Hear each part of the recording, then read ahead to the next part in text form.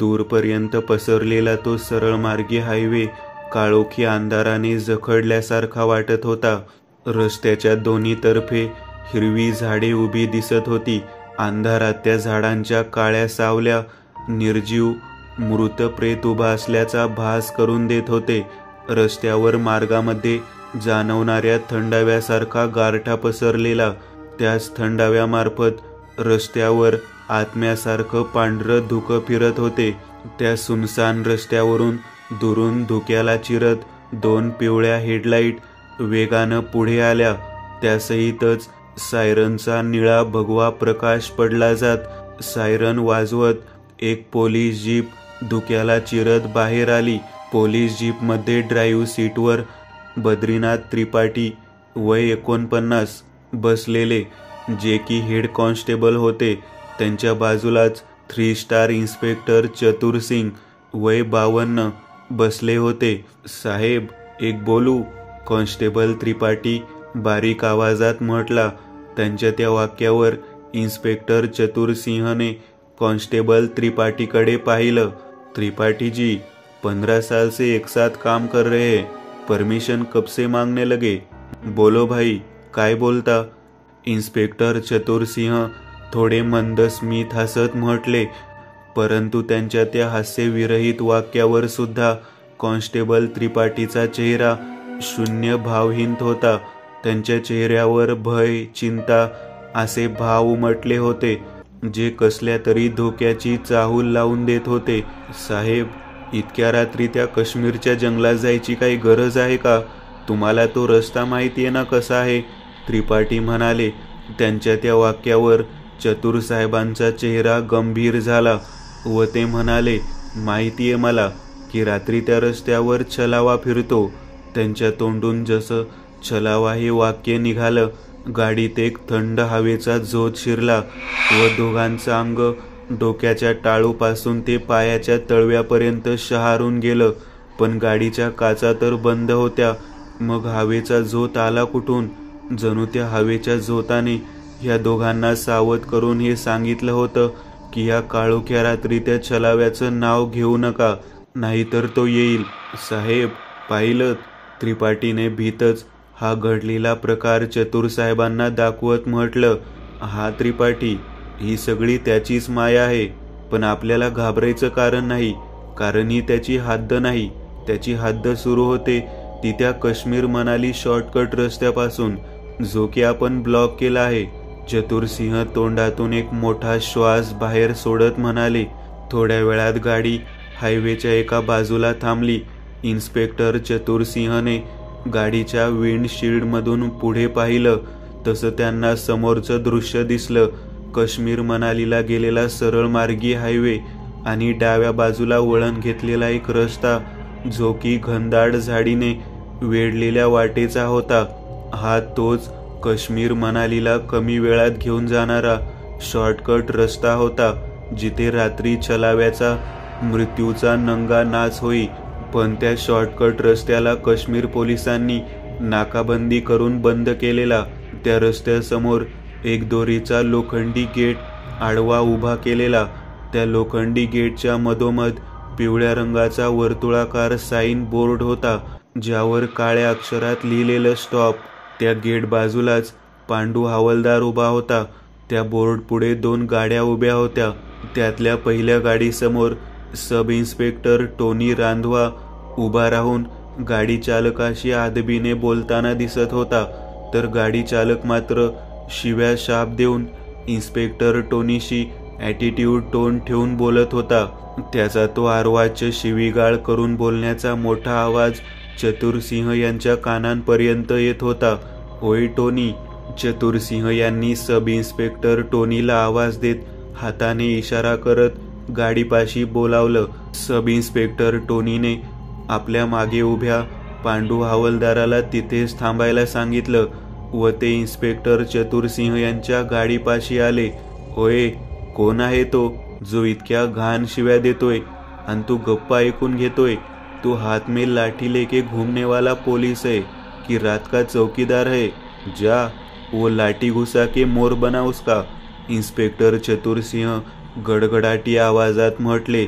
Sir, खून तो मेरा भी खोल रहा है, पर वो गाड़ी में बैठे 2 लड़के अपने आप को किसी धाकड़ नाम के विधायक के भतीजे बता रहे हैं। सब इन्स्पेक्टर टोनी म्हटला. अच्छा. विधायक नाव ऐकताच चतुरसिंहचा आवाज, रुबाब दोन्ही नरमले. भले राजकारण्यांसमोर ह्यांचा कोंबडा होतो हेच खरं, बाकी गव्हर्नमेंट रूल फक्त सामान्य माणसालाच. सोड, जाऊ दे त्यांना. इन्स्पेक्टर चतुरसिंह हळू आवाजात म्हटले. पण सर, त्यांना शॉर्टकट रस्ता घ्यायचा आहे, सरळ गेलेला हायवेचा रस्ता नाही.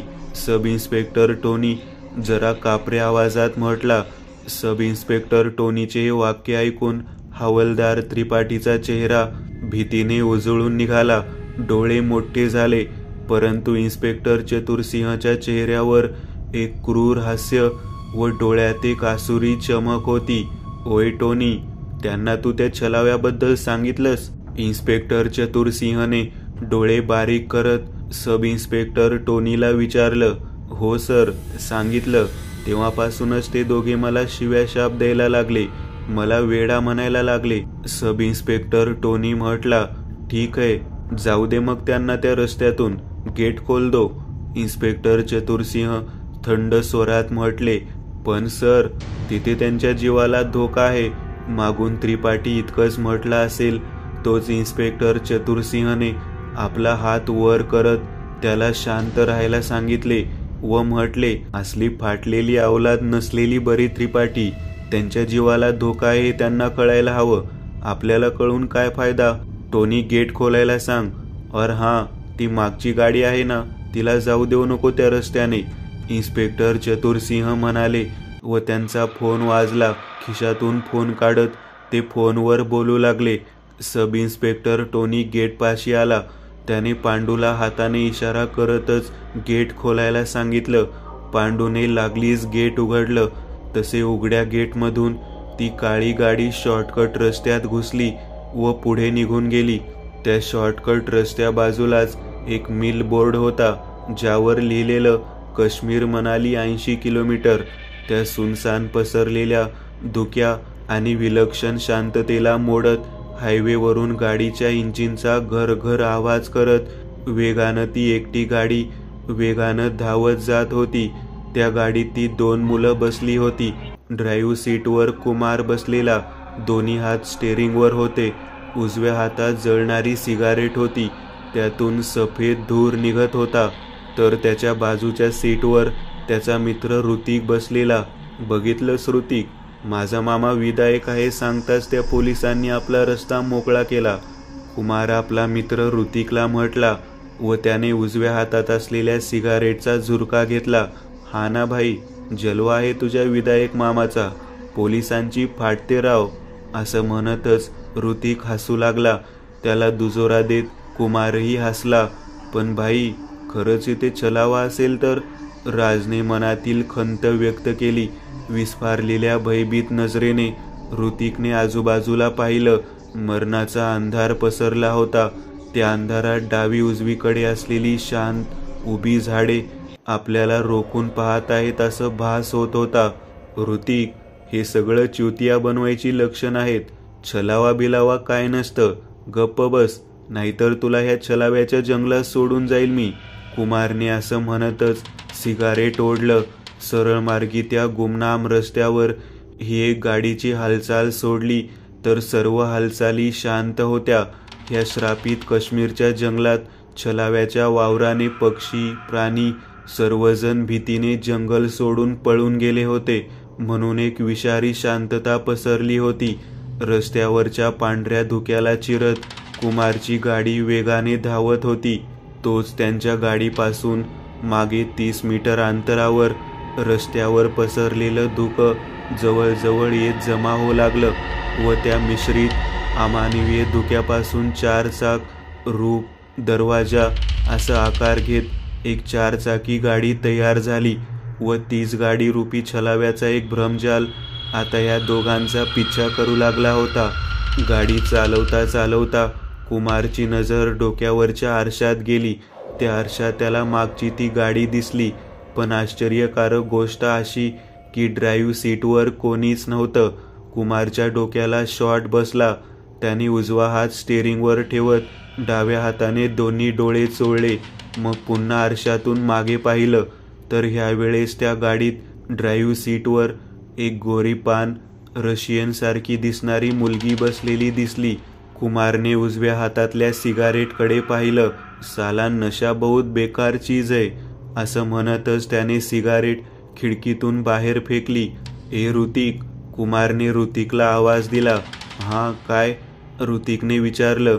मागे बघ, कुमार म्हटला. ऋतिकने मागे पाहिलं.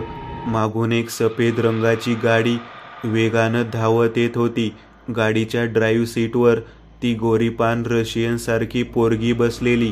ऋतिक 15-20 सेकंद तिच्याकडे एकटक पाहतच राहिला. तसे त्याने एक विचित्र गोष्ट नोटीस केली की त्या मुलीच्या चेहऱ्यावर कसलेच भाव नाहीत.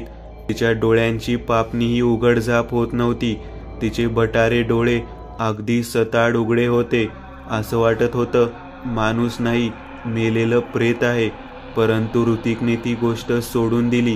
तिचं सौंदर्यच इतकं प्रफुल्लित होतं की बाकी विचार मनात आलेच नाहीत.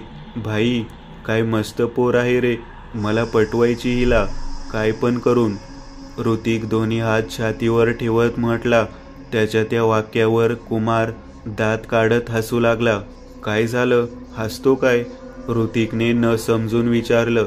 हसू नको, नाही तर काय करू, तू प्रत्येक पोरीकडे पाहून असं म्हणशील तर त्याला प्रेम नाही, रणवापंती म्हणतात, कुमार म्हटला व जोरजोरात हसू लागला. त्याच्या त्या वाक्यावर ऋतिकने भुवयात आणून रागाने आग बबुला होत त्याच्याकडे पाहिलं. तसा कुमार एक हात तोंडावर ठेवत गप्प बसला. तेवढ्यात कुमारची नजर गाडीतून बाहेर गेली. रस्त्यापासून दूर एक भग्न अवस्थेतला तुटलेला न वापरातला ढाबा दिसला. कुमारने 2 सेकंद त्या तुटलेल्या वास्तूकडे पाहिलं. मग पुढे पाहत गाडी चालवू लागला.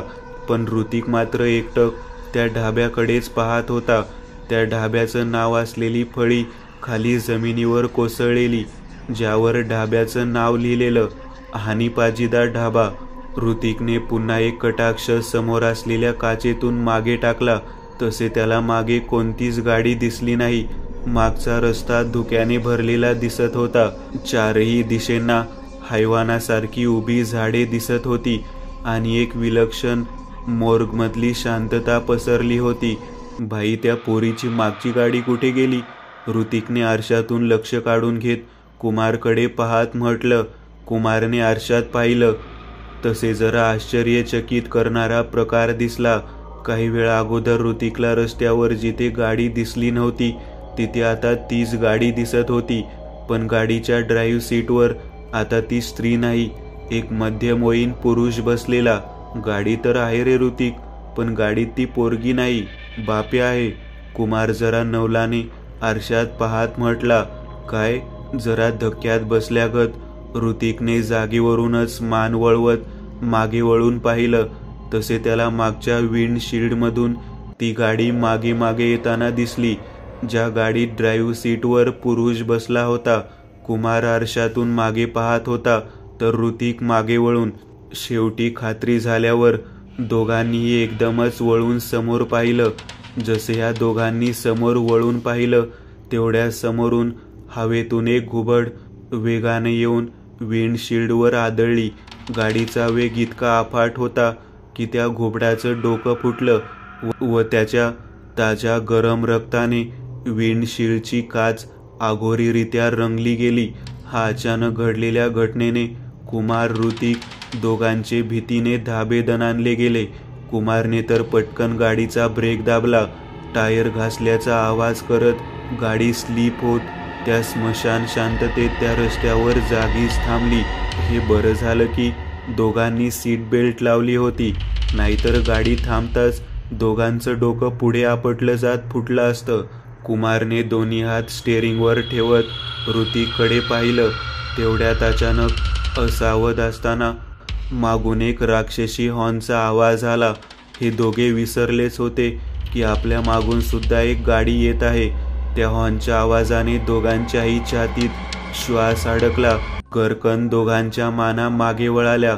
तसे दोघांच्या नजरेला विंडशील्डमधून पिवळ्या हेडलाईट रूपी तो मोठ्या डोळ्यांचा काररूपी राक्षस आपल्या दिशेने येताना दिसला. हे दृश्य पाहताच त्या दोघांची आत्मा घशात आली. डोळे वटारले जाऊन तोंड वासलं जात दोघेही प्राणभयाने किंचाळले. अन तेवढ्यात ती गाडी वेगानं कुमारच्या गाडीजवळ आली व पुढे जे घडलं त्या दृश्याने ह्या दोघांची आत्माच देहातून बाहेर पडली.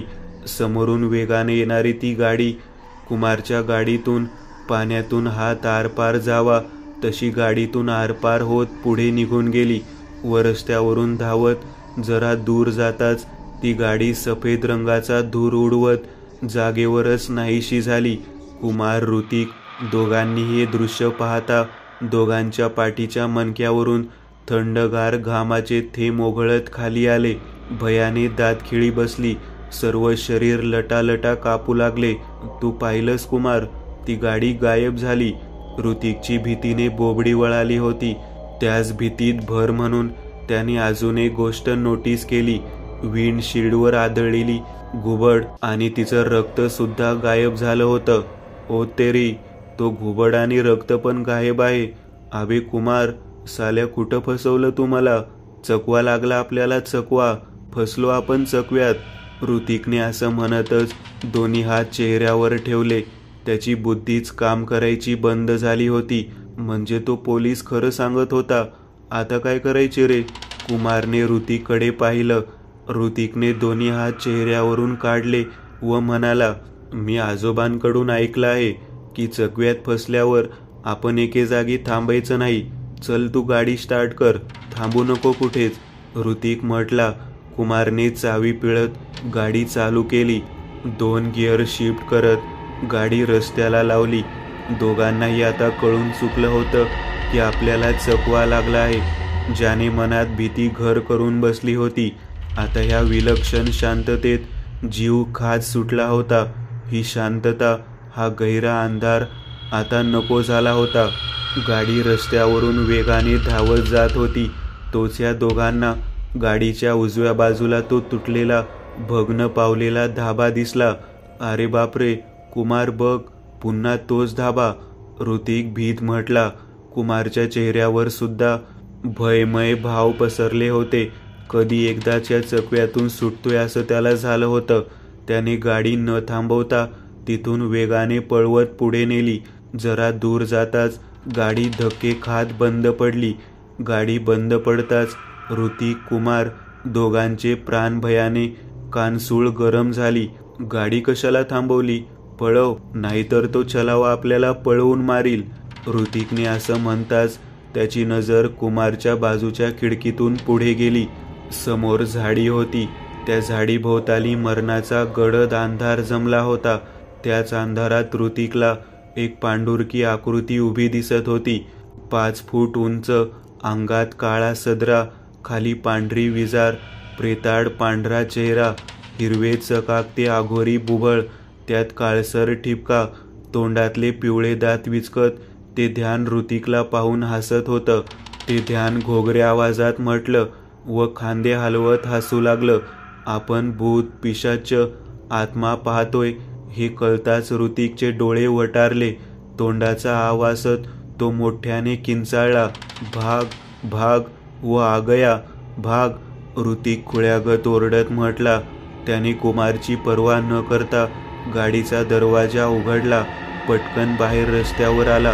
तेवढ्यात अचानक रस्त्यावरून भरधाव वेगाने एक पिवळी ट्रक आली व त्या ट्रकने ऋतिकला लहान मुलांच्या खेळण्यासारखं 6 फूट लांब हवेत उडवलं.